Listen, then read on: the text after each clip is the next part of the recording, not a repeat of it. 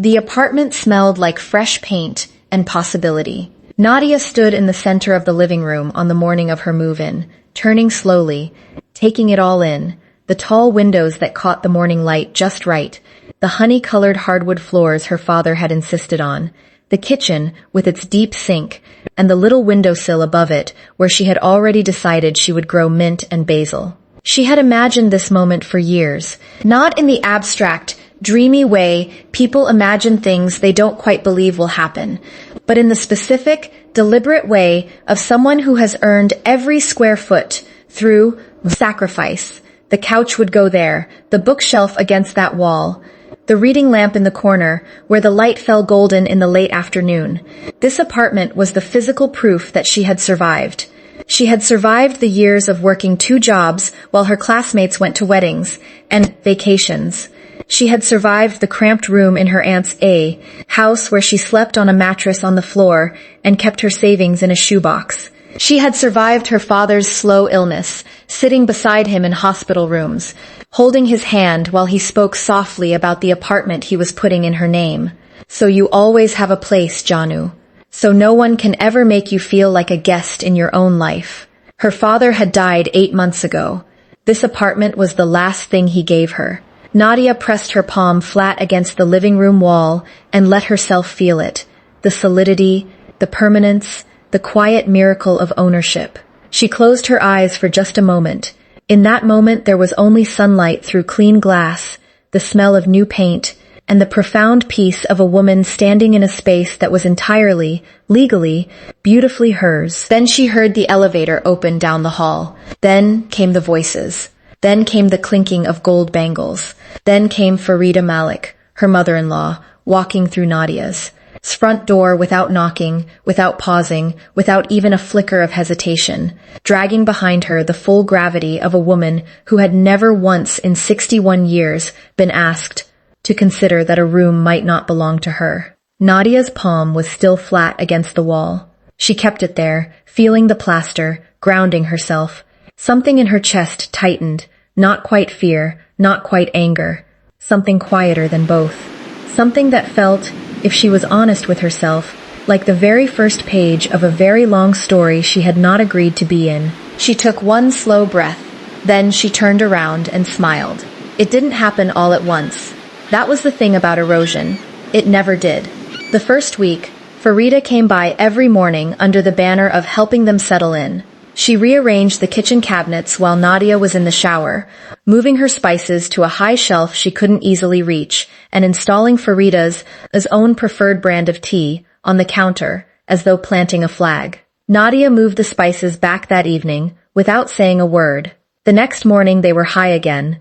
This went on for 4 days before Nadia simply stopped moving them back. She bought a small step stool instead. It felt, at the time, like a reasonable compromise. Looking back, she understood it was the first surrender. The second week, Farida began bringing food, enormous pots of it, enough to feed 8 people, arriving unannounced at dinner time. Nadia would have cooked already, or planned to, and Farida would survey whatever was on the wood stove with the particular expression of someone trying very hard not to say something, before setting her own pot down on the burner and saying, "I just thought you might be tired." Zayn always ate his mother's food. He always said it was delicious. He never once ate Nadia's food on those nights, and he seemed not to notice the specific silence this created. By the 3rd week, Farida had a key. Nadia had not given it to her. Zayn had. He presented this fact not as a confession, but as a casual afterthought, mentioned while tying his shoes one morning. "Oh, I gave Ami a spare key, just in case." Just in case of what, he did not say. Nadia sat with her coffee going cold and thought about asking. She decided against it. The key changed everything. Without the need to knock, Farida's visits lost even the pretense of being visits. She arrived and departed on her own schedule, sometimes when Nadia was home, sometimes when she wasn't. Nadia would return from work to find things rearranged, surfaces wiped in the aggressive way that implied they had been dirty, and once, unforgettably, Farida seated at Nadia's own dining table with 2 of her friends, serving them tea from Nadia's cups, laughing about something that stopped the moment Nadia walked through the door. That night, for the first time, Nadia opened a notebook and began to write things down. She didn't know yet exactly why. She told herself it was just a process. But some quieter, wiser part of her already understood. She was building something. Evidence. A record. The kind of careful, patient documentation that a woman begins when she senses, deep in her bones, that one day she is going to need it. The envelope had been sitting in her father's files for 8 months. Nadia found it on a Tuesday afternoon, in the back of the drawer she had been avoiding. The one that still smelled faintly of his cologne.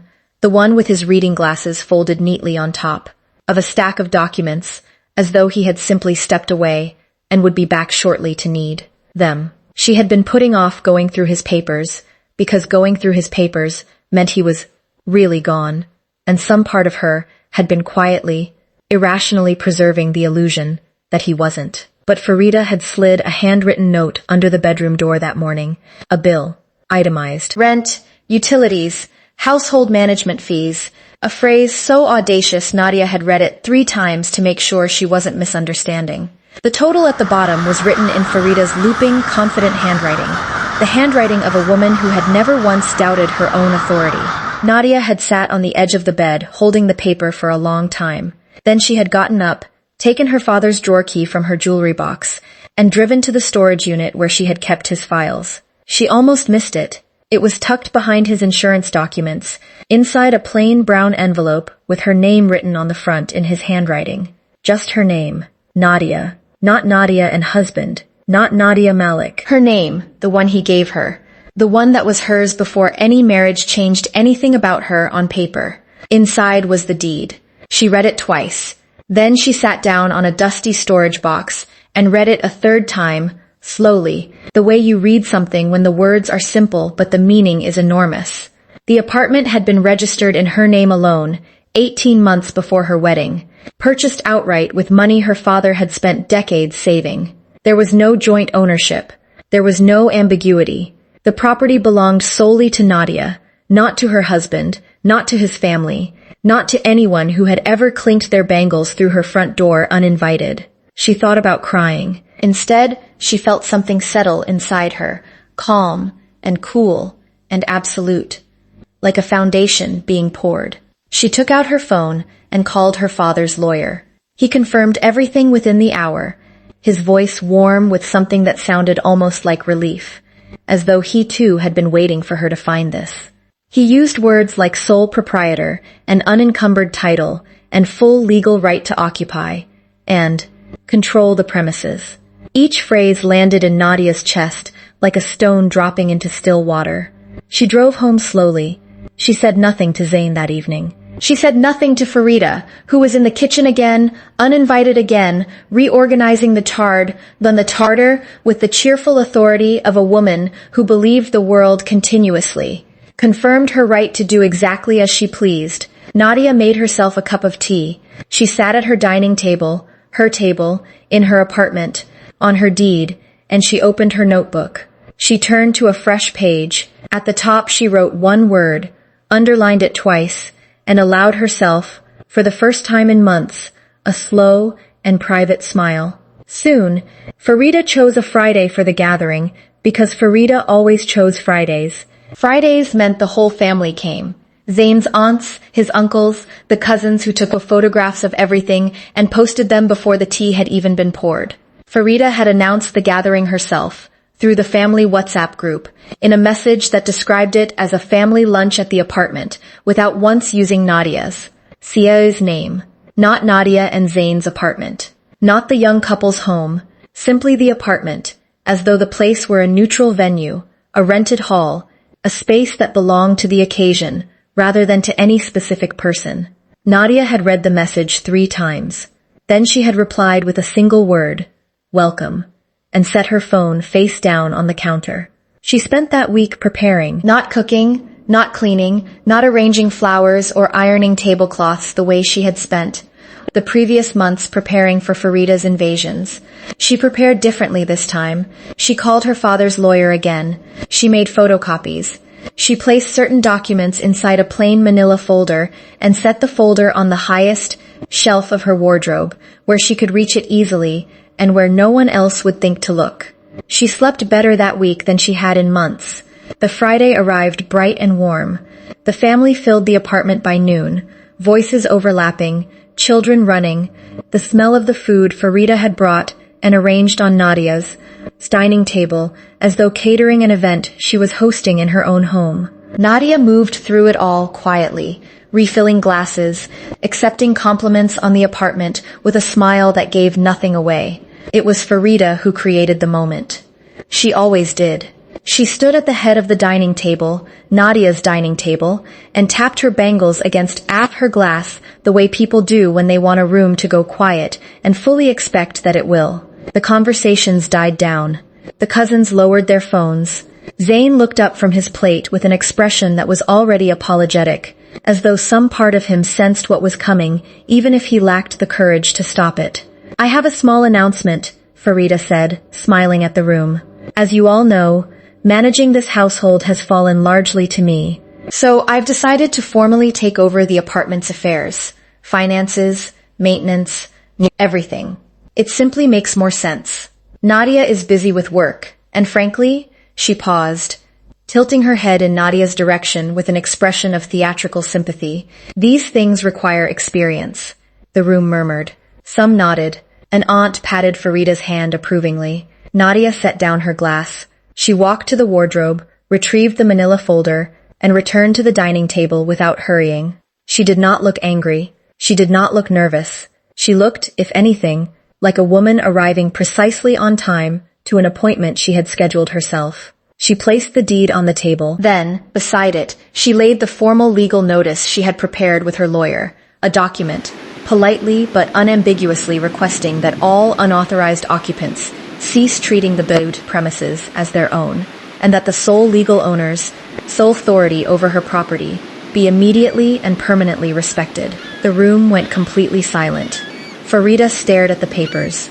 The color shifted in her face.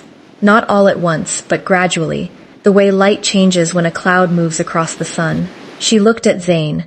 Zayn looked at the deed. He read his wife's name on it, just her name, only her name, and something moved across his face that Nadia had not seen there before. Something that looked uncomfortably close to understanding, arriving far too late. "This apartment," Nadia said, her voice even and quiet and carrying perfectly in the silence, "was purchased by my father and registered solely in my name before my marriage. I am the legal owner. I have always been the legal owner." She looked at Farida, not with anger, not with triumph, but with the particular calm of a woman who has already won and knows it. "You have been charging me rent for my own home."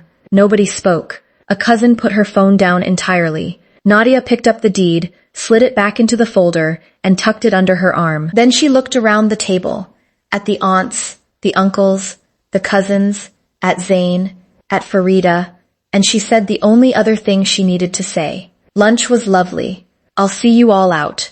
All were